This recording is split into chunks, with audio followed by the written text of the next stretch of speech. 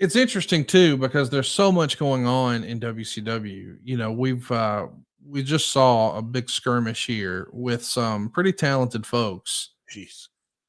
That's but say. this is the last episode before Chris Benoit and Dean Malenko and Perry Saturn and Eddie Guerrero walk out of WCW. This is the last one. This Buffalo. is their last Nitro. Wow. Because 6 days after this is the go home for the Sold Out. And we're going to see somehow, some way, I can't believe this is real, but we're going to see Chris Benoit beat Sid Vicious for the world title. And he quits the very next day. So the whole walkout on Nitro with the alleged conversation, and I mean, you never really talked about that. What did you hear the issue was? Why those guys? I mean, the rumor and innuendo is that for whatever reason, and we all know some of the circumstances, Chris Benoit did not trust his hands in the career of Kevin Sullivan, given what had happened in their real life.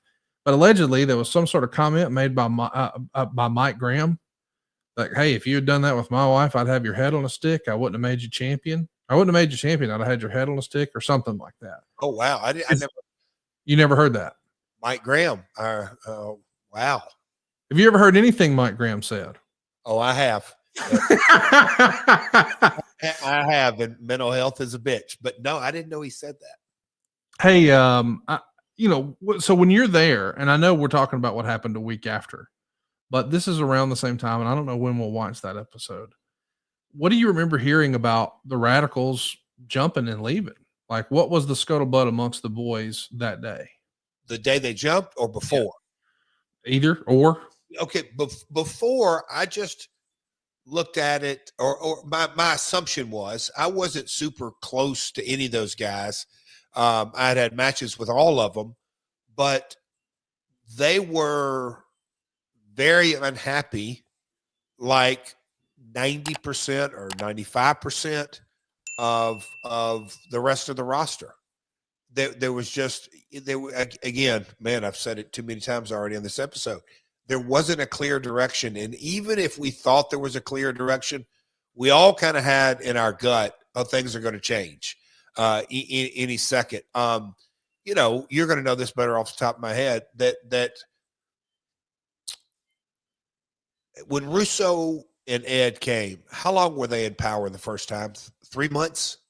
I think. I mean, it was very quick. It feels like Vince came in and then he was out.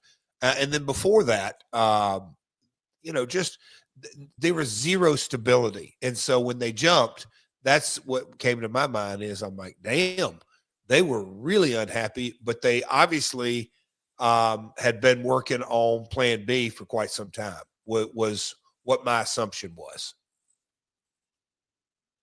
How long had they been working on plan B? Do you know? I don't know.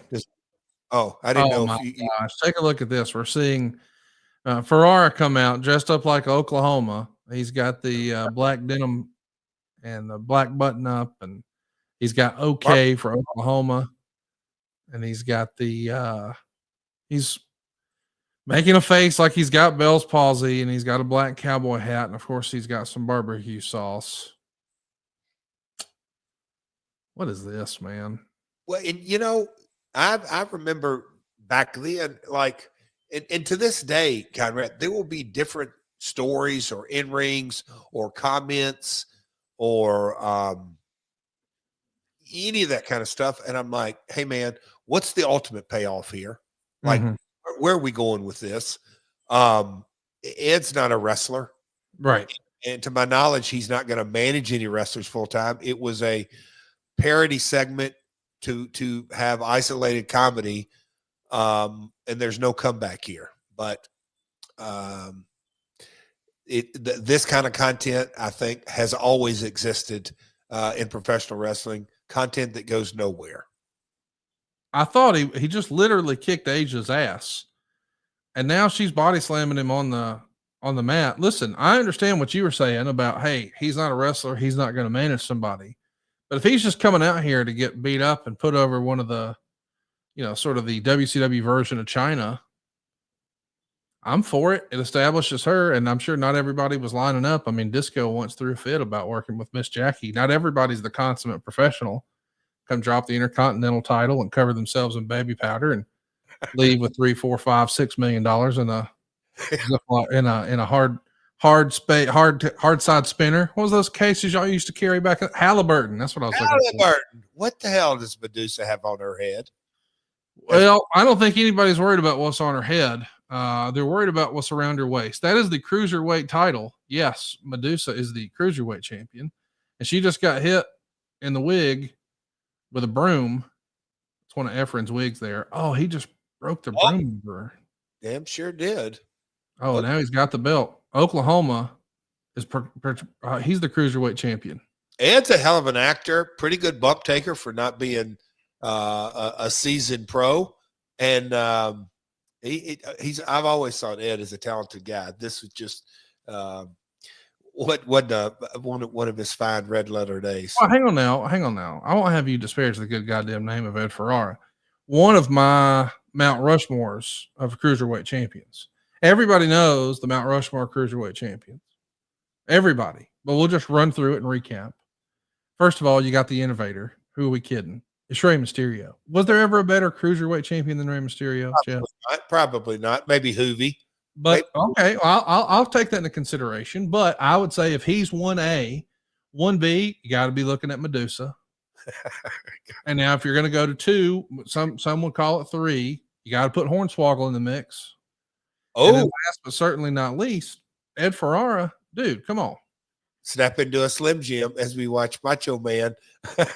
Think about that, Jeff. Like from a business and marketing junkie standpoint, they left that commercial in. The WWE chose to leave that commercial in because it featured one of their performers, and it wasn't inside of a stop set. It was going in or coming out of a break, and they left it. And so all these years later, 25 years later, Slim Jim is still getting value for that buy that they paid for 25 years ago. It's not cut out. It's just amazing to me.